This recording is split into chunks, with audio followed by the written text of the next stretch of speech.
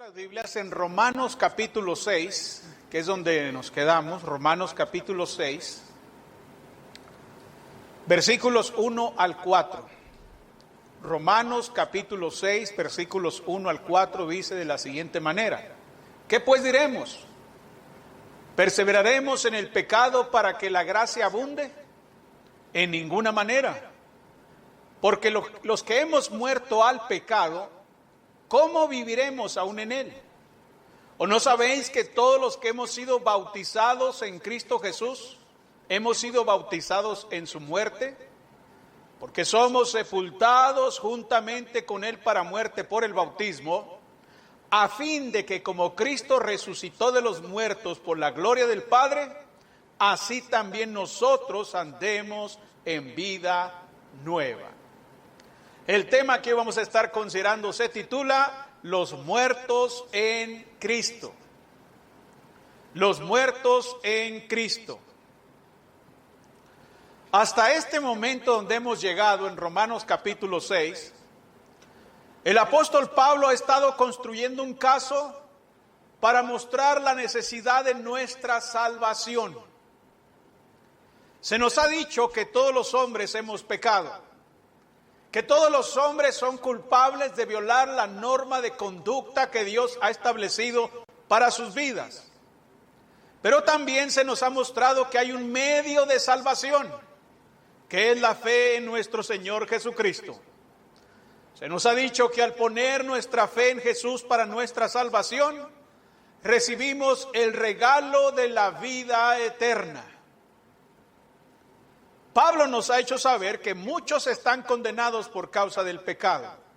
El pecado ha provocado una tragedia mundial, ha afectado a cada persona en esta tierra de diferentes maneras. Sin embargo, también el apóstol Pablo nos ha hecho saber que aquellos que acuden a Jesucristo para su salvación son rescatados de esa condenación para recibir una vida nueva. Ahora, fíjese en esto. En Jesucristo no solamente recibimos la promesa de la vida eterna, sino que también recibimos una vida nueva en la actualidad, en este mismo tiempo. Los que hemos acudido a Cristo hemos recibido el perdón de nuestros pecados y entonces recibimos una vida nueva.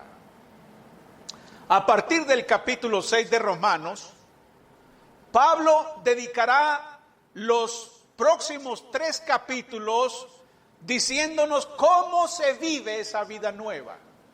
Hemos recibido una vida nueva, pero ¿cómo se vive? ¿De qué forma se practica? Esa es una información importante y necesaria para cada cristiano. Todas las señales apuntan al hecho de que muchas personas afirman tener una vida nueva, pero lamentablemente no saben cómo vivir esa vida. No lo saben. No son culpables de no saberlo porque toda su vida han vivido en el pecado. Para eso somos expertos. Somos expertos en el pecado. En eso hemos vivido. Esa ha sido nuestra experiencia. Pero en Cristo hemos recibido una vida nueva y ahora tenemos que aprender a vivir esa vida nueva.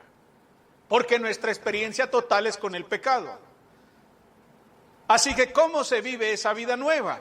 Bueno, en esta sección de las Escrituras, a partir del capítulo 6, se nos va a enseñar cómo vivir la nueva vida en Jesucristo. Pablo comienza su tratamiento de este tema en los primeros 4 versículos de Romanos capítulo 6. En este pasaje se nos da nuestro primer conjunto de instrucciones que están relacionadas con esa vida nueva. Eso puede sonar un poco extraño, un poco raro, pero tendrá sentido a medida que profundizamos sobre el asunto, porque hemos dicho que estamos muertos en Cristo, pero tenemos vida nueva. Eso suena extraño, pero es un hecho y vamos a ver cómo funciona. Para que los muertos en Cristo tengan una vida nueva, hay 3 realidades que deben aceptar.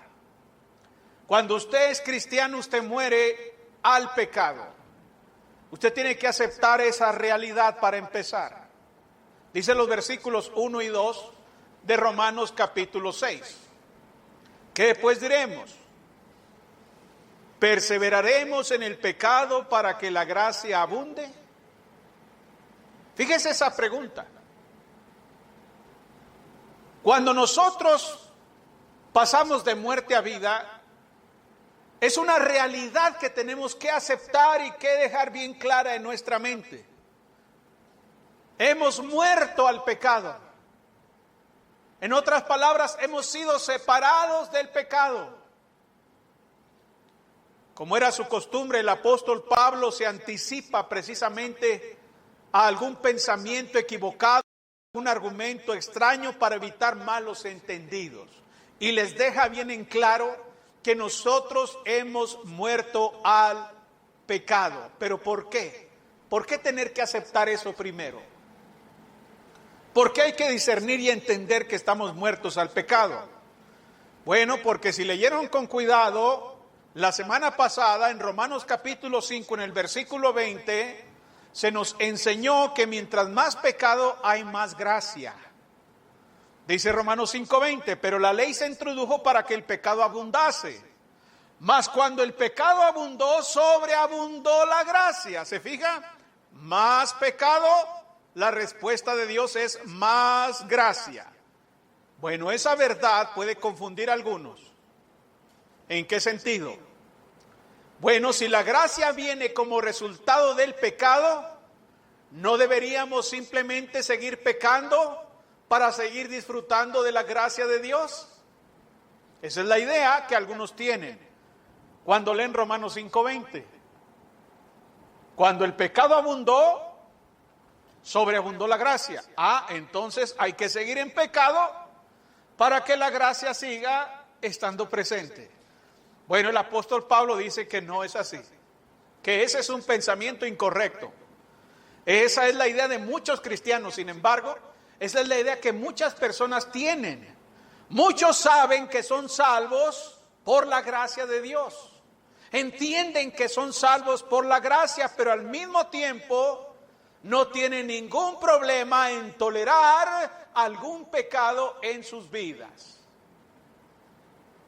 Son salvos, pero quieren seguir aferrados a algún pecado. Han sido rescatados de la condenación del infierno, pero quieren seguir aferrados a algún pecado. No quieren soltarlo. Por alguna conveniencia o por placer, quieren seguir aferrados a ese pecado. Pablo dice que eso no debe ser así. Pero se engañan a sí mismos.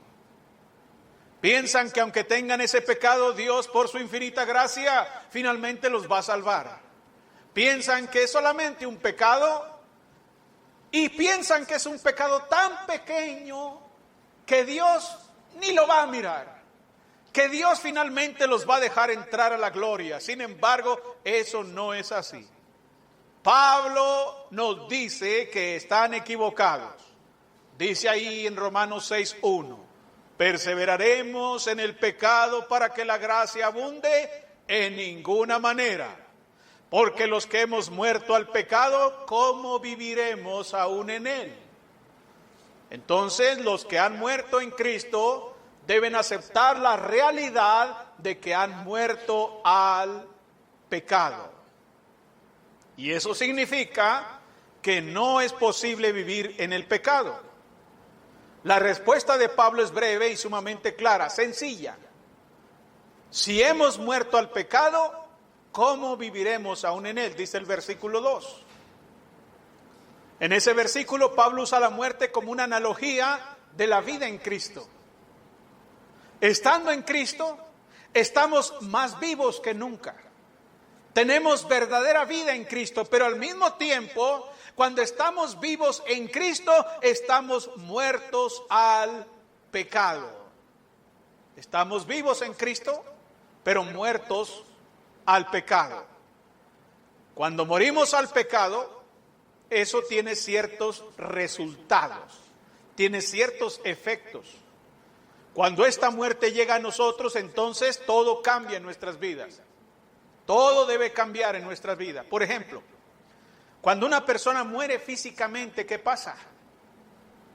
Cuando alguien muere físicamente, hermanos, cuando se le declara muerto a una persona, inmediatamente suceden cambios. Por ejemplo, la persona que está muerta ahí en su cama ya no habla, ya no mira, ya no se mueve, ya no come más. Usted le puede llevar el mejor platillo, usted puede llevarle una carne asada, ¿verdad? Algo sabroso, rico, pero el cadáver no va a hacer nada. ¿Por qué? Porque está muerto. La gente que hace en el Día de Muertos, la gente va a los panteones y algunos les llevan comida, panes, licores y se los ponen ahí en un lado de la tumba, ahí, a ver, ahí están los panes, licores, todo. ¿Y quién se come eso? ¿Acaso sale el cadáver de la tumba? Mire, si saliera un cadáver de la tumba se mueren todos ahí. Ya está muerto, ya no puede hacer nada. De la misma manera, cuando morimos al pecado, hay un cambio, hermanos. Algo sucede cuando morimos al pecado. Cuando la persona muere al pecado, pierde todo interés en las cosas que antes disfrutaba y que eran contrarias a la voluntad de Dios. Si la persona era un borracho, por ejemplo, antes de ser cristiano era un borracho y compraba licor y andaba siempre en el alcohol. Ahora que es cristiano ya no tiene ningún interés en el licor, porque está muerto al licor, está muerto al pecado, está muerto a las drogas, está muerto a la fornicación, está muerto al adulterio, está muerto a la maldad. No tiene interés en eso, aunque lo inviten. Aunque vayan sus antiguos amigos y le digan, vente, vamos a chismear, vente, vamos a fornicar, vente, vamos a drogarnos, vente, vamos a echarnos un cigarro, vente, vamos a hacer este pecado. El que está muerto en Cristo no tiene ningún interés en esas cosas. Les dice simplemente no. No más con el alcohol, no más con el cigarrillo, no más con la fornicación, no más con el adulterio, no más con las envidias, chismes, celos, detracciones, etcétera. No más con eso. Ya no tiene interés. ¿Por qué? Porque ha muerto al pecado. Y esa es una realidad que tenemos que entender, que la persona que está muerta al pecado ya no tiene ningún placer en el pecado. Se acabó. ¿Ahora qué es? Ahora es un nuevo hombre. Y a ese nuevo hombre no le importa ni tampoco quiere disfrutar de los deleites temporales del pecado. Ya no. Eso no es mágico. Eso no es por arte de magia, sino el resultado de recibir la verdad del Evangelio sobre nuestra salvación. Cuando yo soy salvo, cuando yo obedezco el Evangelio, entonces estoy muerto al pecado y eso resulta en un cambio radical. La persona se ve diferente y hace cosas diferentes. No puede seguir viviendo la misma vida. Si esa persona llevaba una vida inmoral, indecente y disoluta, ahora que está en Cristo, ya no lleva esa vida indecente y eso se nota. La inmoralidad se ve, la indecencia se ve, la gente la puede ver. Pero cuando la persona obedece el Evangelio, también entonces la gente empieza a ver un cambio. Ven un cambio radical. Se acabó la vida indecente, se acabó la mentira, el rencor, el odio, los celos y toda obra perversa se acaba en su vida. Se ve un cambio. Los muertos en Cristo, los muertos en el Señor deben tener en cuenta esa realidad bien en su mente. Hay algunos cristianos que pueden tener dificultades con el pecado, eso es cierto. De hecho, les parece que todavía quieren pecar. Algunos cristianos me han dicho, yo quiero pecar tanto más que antes. Quiero pecar más que antes. Bueno, el secreto para aceptar la realidad de nuestra muerte al pecado se encuentra en Romanos capítulo 6 en el versículo 11. Ahí está el secreto, vean ustedes. Dice la Biblia, Romanos 6:11, si usted tiene problemas con el pecado, usted dice, yo soy cristiano, pero siento el deseo, la atracción al pecado. Bueno, dice Romanos 6:11, así también vosotros consideraos muertos al pecado, pero vivos para Dios en Cristo Jesús, Señor nuestro. Subrayen la palabra consideraos. Eso es muy importante que usted lo tenga en mente. Consideraos. La palabra considerar, ahí en Romanos capítulo 6 en el versículo 11, es traducción del griego logiseste. Logiseste. ¿Qué significa? Bueno, considerar, contar. Esa palabra, hermanos, es un término contable. Es un término que utilizan los contadores.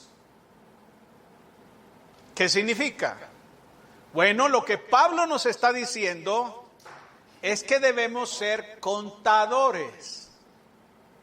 Es decir, debemos sumar la evidencia que nos declara muertos al pecado y vivos para Dios. Hay evidencias. Hay hechos que han sucedido y nosotros lo que tenemos que hacer es sumar esas evidencias, sumar esos hechos para que nuestra mente tenga claro que ahora estamos muertos al pecado. Eso es algo que nosotros debemos hacer, nosotros. No lo va a hacer Dios, lo tenemos que hacer nosotros. Dice Pablo, consideraos muertos al pecado. Ustedes, considérense, sumen las evidencias. Dense cuenta, entiéndanlo muy bien de que están muertos al pecado. Dios no lo hará por nosotros. Nosotros debemos involucrarnos activamente en reconocer y entender el hecho de que hemos muerto al pecado. Hay gente que no hace eso, hermanos. Muchos vienen, confiesan a Cristo, son bautizados en agua y salen y ya piensan que Dios va a hacer todo lo demás. Y siguen su vida normal. Y siguen en pecado y siguen en las mismas actividades, siguen con las mismas amistades, siguen en los mismos lugares de pecado y maldad, siguen con las mismas relaciones que tenían antes. No hacen nada para cambiar esa situación. Bueno, dice Pablo, ustedes tienen que entender, ustedes tienen que sumar la evidencia, ustedes tienen que comprender, ustedes tienen que aceptar y actuar en consecuencia de que ahora son muertos al pecado. En otras palabras, no hay razón alguna para seguir en el pecado. No existe. Usted puede tener miles de razones. Usted puede decir, es que yo ando en este pecado por esto, o ando en este pecado por esto otro, o yo estoy en este pecado por esto. No hay razón alguna. Se engaña a sí mismo diciendo, estoy en el pecado por esto, o por esto, o por esto otro. No hay razón. No hay tampoco justificación alguna para continuar en el pecado. No hay manera de justificarnos y decir, ay, pobre hermano, pobre hermana, es que ella tiene que estar en ese pecado para evitar esto y para evitar aquello. No, hermanos, no hay razón. No hay justificación alguna para continuar en el pecado. ¿Por qué? Porque ya no somos esclavos del pecado. Entiéndalo muy bien. El pecado es un amo. El pecado es un amo miserable y perverso que nos esclaviza y nos conduce a la muerte, a la condenación eterna. Pero Cristo nos hizo libres. Cristo rompió las cadenas de esa esclavitud. Cristo nos ha liberado de ese perverso miserable que nos lleva a la condenación. Entonces no hay razón ni justificación alguna para seguir en el pecado. Y eso es algo que nosotros debemos considerar. Considérense muertos al pecado. Esa es nuestra total y absoluta responsabilidad, el aceptar nuestra muerte al pecado. Mis hermanos, cuando alguien muere, ¿no se han fijado que si esa persona era muy querida o muy amada, la gente no acepta su muerte. Yo he visto a las madres llorar por sus hijos y decir no acepto, o al esposo o a la esposa, o al hijo llorar por un padre. Está ahí parado en la tumba llorando y dice no, no puede ser posible, no acepto, y se ponen muy mal cuando no aceptan. Se enferman incluso, quieren morirse ellos también. Bueno, en la vida espiritual, muchos no quieren aceptar la realidad de que han muerto al pecado. No quieren. No quieren aceptar eso. Pensar que tengo que cambiar, pensar que tengo que dejar esto, pensar que tengo que dejar este lugar, que tengo que romper estas relaciones, que tengo que terminar con estas prácticas, que tengo que cambiar de vida, dar un giro total a mi vida. No quieren aceptar la realidad de que en Cristo han muerto al pecado. Así que Pablo nos dice en Romanos capítulo 6 que los que hemos muerto en Cristo tenemos que aceptar la realidad de que hemos muerto al pecado. En segundo lugar, los que hemos muerto en Cristo debemos aceptar la realidad de nuestra posición. Además de aceptar la realidad de que he muerto al pecado, tengo que aceptar la realidad de mi posición actual. Hay una posición en la que Dios me ha colocado. Vea lo que dice Romanos capítulo 6, versículo 3. Dice Romanos capítulo 6, versículo 3. ¿O no sabéis que todos los que hemos sido bautizados en Cristo Jesús, hemos sido bautizados en su muerte? Fíjese bien. Porque somos sepultados juntamente con Él para muerte por el bautismo, a fin de que como Cristo resucitó de los muertos por la gloria del Padre, así también nosotros andemos en vida nueva. Al morir al pecado, somos colocados en un lugar muy especial. Pablo nos dice que cuando fuimos bautizados en Cristo, también fuimos bautizados en su muerte. Aquí hay dos grandes bendiciones. La primera, hemos sido colocados en el cuerpo de Cristo. Ahí lo dice, vean. ¿O no sabéis que todos los que hemos sido, qué cosa? Bautizados en Cristo. Esto significa que cuando obedecimos el Evangelio, fuimos colocados en el cuerpo de Cristo, en su iglesia, en su reino. En segundo lugar, hemos participado de los beneficios de la muerte de Cristo. Ahí lo dice el versículo 3. ¿O no sabéis que todos los que hemos sido bautizados en Cristo, hemos sido bautizados en su muerte? Es decir, que cuando somos salvos participamos de todos los beneficios espirituales de la muerte de Cristo.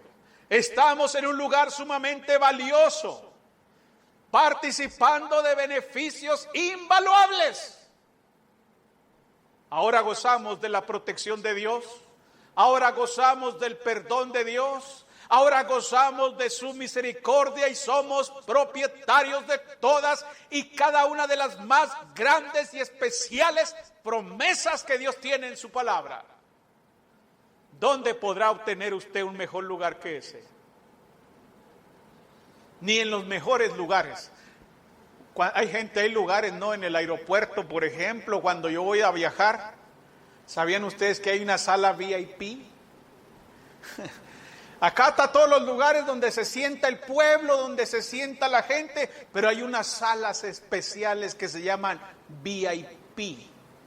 ¿Y cuál es la diferencia? Yo nunca había entrado a una sala VIP.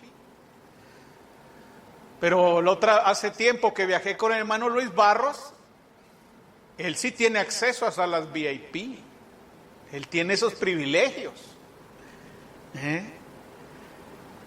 Y me dijo, vente, vamos a esperar el vuelo en la sala VIP. Y dije, pues vamos. No, hermano, si es otra cosa. Para empezar, los asientos. Los asientos normales fuera de la sala están duros, chiquitos y duros. Pero en la VIP son sillones. Son sillones, ¿verdad? Grandes, esponjositos, sabrosos. En la sala normal no le dan ni agua. En la sala VIP usted puede pedir té, café, refresco, hot cakes, comida, sándwich, lo que usted quiera. En la sala normal nadie le hace caso. Tiene que andar usted persiguiendo ahí a los que atienden. En la VIP van meseros hasta su lugar. Ya no más falta que le den unos masajes en los pies. Pero no cualquiera entra a la sala VIP. Y cuando entra uno ahí, pues uno se siente muy, muy bien, ¿no? Muy a gusto, muy importante. Pocos entran ahí. Pues la sala VIP no tiene comparación con el cuerpo de Cristo. Usted me va a decir, hermano, espérese, pero aquí, pues aquí las sillas están bien duras también y el local está bien feo y está caliente o está frío o esto, no, pero el cuerpo de Cristo no es este lugar. El cuerpo de Cristo no es este lugar. El cuerpo de Cristo no tiene estas bancas. El cuerpo de Cristo, no es esto que vemos aquí, hermanos. Eso no es el cuerpo de Cristo. El cuerpo de Cristo es la iglesia. Es esa comunión que tenemos con el Señor espiritualmente hablando, y somos propietarios de todos los beneficios, bendiciones y promesas que Dios tiene en su palabra. Así que ¿dónde podrá obtener un mejor lugar con tan grandes bendiciones? En ninguna parte de la tierra, solamente en Cristo. Bueno, estas cosas son grandes y poderosas verdades por las cuales tenemos la victoria sobre el pecado. La evidencia es contundente. Jesús murió y murió para nuestra redención. Murió y luego resucitó garantizando todas y cada una de sus promesas y bendiciones para nosotros. Aceptemos la realidad entonces de nuestra posición. Ya deje de sentirse un miserable en esta vida. Hermano, es que me siento miserable porque tengo muchas razones para sentirme miserable. ¿Cuáles son? Soy pobre, no tengo dinero, estoy enfermo, no tengo amigos. Hay miles de razones para sentirse miserables, pero el cristiano tiene cientos de razones y promesas y bendiciones para no sentirse miserable mientras está sobre la tierra. No importa en la condición en la que se encuentre, no importa si usted es pobre, no importa si no tiene amigos, no importa cualquiera que sea su condición. Si usted es un cristiano, usted es un hijo de Dios, usted es hijo del Rey, usted tiene promesas y bendiciones gloriosas que muchas personas quisiesen tener, pero no tienen. Así que no hay razón para sentirse miserables. No hay razón para sentirse derrotados, al contrario. Podemos venir alegres y contentos y gozosos a la casa de Dios precisamente por esa posición en la que se nos ha colocado. Estamos en el cuerpo de Cristo y participamos de todas las bendiciones y promesas de su muerte. Los muertos en Cristo tienen que aceptar esa realidad. En tercer lugar, versículo 4.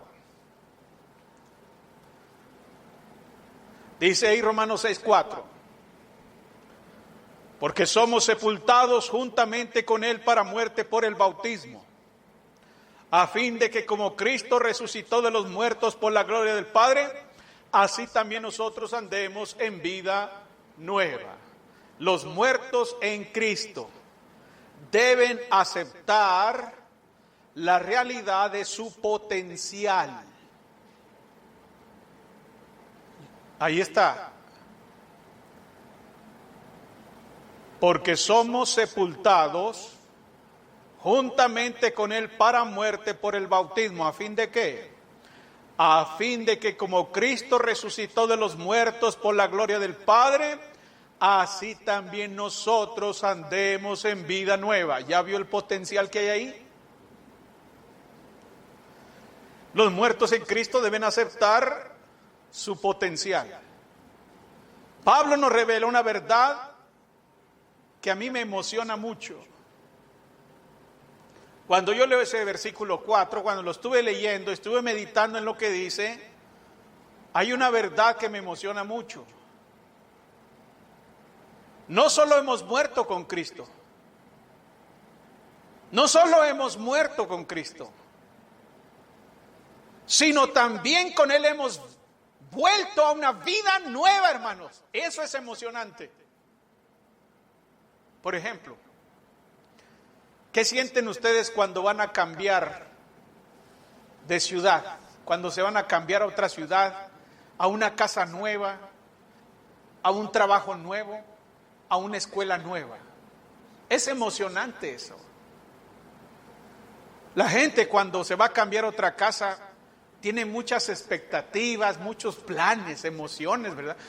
Normalmente, no sé ustedes, pero cuando alguien va a comprar una casa, ¿qué es lo primero que hace cuando entra? Todavía no es suya, pero en eso anda. ¿Pero qué hace cuando entra? Yo sé lo que están pensando. Porque estoy seguro que todos piensan eso. Cuando entran, lo primero que hacen es que se emocionan de imaginarse allí. Primero dicen, a ver, aquí pondría la sala. Y empiezan a imaginarse. Acá pondría un televisor y aquí pondría esto. La recámara para los niños, la recámara para nosotros y a ver cómo está y empiezan a verse en ese lugar y se emocionan. Todavía no es suyo, pero se emocionan. Y esto lo voy a pintar de este color. Y empiezan a hacer planes, ¿verdad? Por eso que van a recibir. ¿Por qué? Porque eso implica una vida nueva, hermanos. Olvídese de las antiguas cucarachas que tenía en su casa vieja. Olvídese de los ratones viejos que tenía en su casa vieja. Olvídese de los vecinos que tenía en su casa vieja. Olvídese de la basura, la tierra y el polvo y el cochambre que había en su casa vieja. Ahora viene una casa nuevecita, sin cucarachas, sin ratones, sin polvo. Todo se ve bien limpio, ¿verdad? En las casas nuevas. O aunque esté destruida esa casa, usted la va a arreglar, usted la va a dejar limpia, nueva. ¿Ven? Siempre que hay algo nuevo, hermanos, siempre hay una emoción por eso, ¿no? Cuando va a comprar zapatos nuevos, ¿cómo se siente? ¿Cómo se siente con un traje nuevo, con un vestido nuevo? Siempre que hay algo nuevo hay emoción, y eso me emociona a mí, porque no solo hemos muerto con Cristo, sino que también hemos vuelto a vivir en Él. Dice el apóstol Pablo, porque somos sepultados juntamente con Él para muerte por el bautismo. ¿A fin de qué? A fin de que como Cristo resucitó de los muertos por la gloria del Padre, así también nosotros andemos ¿en qué cosa? En vida nueva. Y eso es emocionante. La vida nueva es emocionante. ¿Ven ustedes? Hemos participado, hermanos, en todo eso nosotros. Él murió y nosotros morimos con Él. Él resucitó y nosotros hemos resucitado también. Tenemos una vida nueva. Lo que Pablo está tratando de decirnos es que nuestra vida está íntimamente ligada a la vida del Señor. Nuestra vida está íntimamente ligada a la vida del Señor. Así como participamos de su muerte, porque cuando Él murió, nosotros morimos. Así también hemos participado de su sepultura, porque cuando Él fue sepultado, nosotros fuimos sepultados juntamente con Él. Y así como Él resucitó, nosotros también hemos resucitado juntamente con Él. Nuestra vida está íntimamente ligada con Cristo. Cuando una persona obedece el Evangelio, esa persona se hace partícipe de la muerte del Señor y al instante se hace partícipe de la vida del Señor. En Efesios capítulo 2, en el versículo 5, el apóstol Pablo lo dijo de otra manera. Dice Efesios 2:5, que aún estando nosotros muertos en pecados, nos dio vida juntamente con Cristo. Por gracia sois salvos. Él murió, nosotros estamos muertos también al pecado. Y porque Él vive, estamos vivos para Dios. Mis hermanos, ese es un gran potencial. Ahí, cuando recibimos una vida nueva, recibimos una nueva comisión. Una comisión. Dado que eso es cierto, que hemos muerto y ahora tenemos una vida nueva, el creyente debe, por tanto, caminar de una manera que sea coherente con esa nueva vida. Ya que hemos muerto al pecado y ya que hemos sido resucitados a una nueva vida en Cristo, hay algunas verdades que necesitamos saber. Para empezar, aquí dice que debemos andar en novedad de vida. Recibimos vida nueva y hay que andar en novedad de vida, dice Pablo. Vean lo que dice al final del versículo 4. Así también vosotros andemos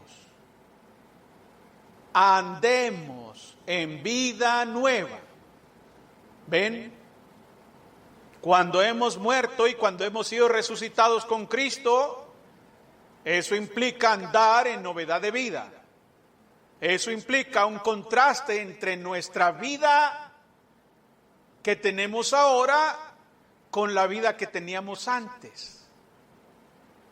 La vida es distinta, hermanos. No es la misma vida cuando no éramos cristianos. No es la misma vida. No debe ser. No debe ser, hermanos. Ahora tenemos una vida nueva. No puede ser la misma. Si usted compra una casa, ¿usted se va a la misma casa donde siempre ha vivido? ¿Qué pensarían de mí si yo les dijera, hermanos, tengo una nueva casa, acabo de comprar una nueva casa, o me acaban de regalar una casa nueva? A ver, hermano, llévenos y los llevo a donde vivo. ¿Qué me dirían ustedes? Dirían, hermano, este hermano ya se le zafó un tornillo. No, lo que esperan ver ustedes es algo distinto, ¿no? Si yo digo, hermanos, vengan para que vean mi nueva casa y ven lo mismo, van a decir, no, algo no cuadra aquí. Yo esperaba ver un barandal distinto, esperaba ver colores distintos, una casa distinta, no la misma casa. Lo nuevo implica algo diferente. Entonces, la comisión que tenemos por esa bendición que hemos recibido en Cristo es que andemos en vida nueva, y no puede ser igual a la vida anterior sin Cristo. No puede ser igual de ninguna manera. Hemos recibido una nueva naturaleza, hermanos. Somos nuevas criaturas, somos un hombre nuevo. Y como somos nuevas criaturas, como tenemos una nueva naturaleza, como tenemos una nueva vida, como somos un hombre nuevo, entonces tenemos un potencial que otros no tienen. ¿Por qué tantos todavía luchan con vidas que están contaminadas con el pecado? Bueno, porque nuestra mente debe ser renovada. Nuestra mente debe ser renovada, hermanos. Día con día. ¿Por qué? ¿Por qué la Biblia nos dice que nuestra mente tiene que ser renovada? ¿Por qué? ¿Saben por qué? Porque nuestra mente, en nuestra memoria, en nuestro cuerpo, están todas y cada una de nuestras experiencias con el pecado. aquí y en el cuerpo. Todo mi cuerpo sensible y toda mi mente tiene experiencia con el pecado, tiene esa experiencia. Con la mente sé lo que es el pecado y con los miembros de mi cuerpo he practicado el pecado. Entonces en mi cuerpo, en mi mente está la experiencia con el pecado.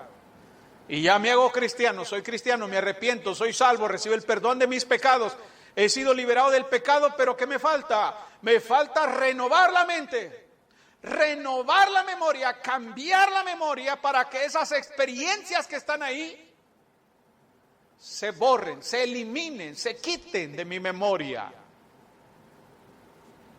Entonces, si no trabajamos para remover esas viejas experiencias, siempre estaremos siendo atraídos hacia esa antigua vida. Por lo tanto, debemos aceptar la realidad de nuestro potencial. Pues nuestra vida, toda ella, ahora debe ser usada para lo que no se usaba antes. Antes, por causa de la maldad y el pecado que había en nosotros, ¿para qué se usaba? Para deshonra, para vergüenza. Pero ahora, ¿cuál es el potencial que tiene la nueva vida en Cristo? El potencial que tiene es que ahora se utiliza para la honra y la gloria de Dios. Mientras que antes se utilizaban nuestros miembros para el pecado, ahora se utilizan para la justicia. Mientras que antes se utilizaban para robar, ahora dice el apóstol Pablo, el que hurtaba no hurte más, sino trabaje, haciendo con sus manos lo que es bueno para que tenga que compartir con el que padece necesidad. Mientras que antes mi cuerpo se utilizaba para la inmundicia, ahora se utiliza para lo que es santo. Nuestro potencial es ese ahora. Nuestro potencial es glorificar a Dios con nuestros labios, con nuestras manos, con nuestras mentes y con todo nuestro corazón. Todo tiene ahora el potencial para glorificar a Dios. Entonces, ¿cómo deben vivir los muertos en Cristo? Bueno, en realidad, si lo piensa bien, los muertos en Cristo no deben vivir. Los muertos no deben vivir. Siempre hay un problema cuando los muertos viven. Imagínense. Usted camina por la noche ahí por el panteón sin miedo, porque los que están ahí no están vivos. ¿Están qué? Muertos. Pero ¿qué pasaría si de pronto están vivos? ¿Qué pasaría si de pronto usted ve una hueste de personas ahí todas putrefactas, con los dientes de fuera gruñendo, caminando torpemente hacia usted? ¿Usted qué pensaría? Bueno, usted diría, estoy soñando, esto debe ser una pesadilla, porque los muertos no deben vivir. Y si los muertos vivieran, entonces hay un problema. No, nadie espera que los muertos se levanten de sus tumbas y anden aquí caminando por la calle, gruñendo y tumbando y mordiendo a todo mundo. Eso solamente ocurre ¿dónde? En las películas. Ay, ahí estamos bien emocionados, ¿verdad? Y asustados viendo las películas de los muertos vivientes. Bueno, los muertos no deben vivir, porque cuando los muertos viven hay problemas. Así que ya que estamos muertos, ¿qué se supone que deberíamos hacer entonces? Bueno, debemos ceder nuestros miembros al Espíritu de Dios y permitirle vivir la vida de Dios a través de nosotros, porque los muertos no deben vivir. Si nosotros seguimos viviendo, hermanos, siempre vamos a fracasar. Si nosotros seguimos viviendo, siempre vamos a ir a la ruina. Si nosotros seguimos viviendo, siempre vamos a ir al pecado, siempre vamos a ir a la maldad, siempre vamos a fracasar en el intento. Lo que tenemos que hacer es morir nosotros para que Cristo viva a través de nosotros. Como dijo Pablo, ya no vivo yo, mas vive Cristo en mí. Lo que ahora vivo en la carne, lo vivo en la fe del Hijo de Dios. Nosotros ya no debemos vivir más. Ya no debo vivir más yo. Ya no debo satisfacerme yo. Ya no debo buscar mi propio beneficio, sino que debo dejar que Dios viva a través de mí. Eso es lo que debemos hacer los muertos en Cristo. Y para eso necesitamos aceptar nuestra realidad de que hemos muerto. Necesitamos aceptar la realidad de nuestra posición y necesitamos aceptar la realidad de nuestro potencial. Puestos de pie entonces. Hay una iglesia preciosa que la Biblia describe así. Estimado oyente, ¿desea conocer más de la palabra de Dios? La Iglesia de Cristo en la Colonia Constituyentes le invita a sus actividades los domingos a las 10 de la mañana. Estamos ubicados en la calle Juan J. Méndez, número 7744 de la Colonia Constituyentes. En internet nos puede localizar en www.iglesiadecristoenjuarez.com. iglesiadecristoenjuarez.com. Estaremos esperando noticias suyas. Que el Señor le bendiga. Ven a la iglesia de Cristo, ven donde seas feliz. Otro sitio nunca encontrarás, cual iglesia de Cristo el Señor.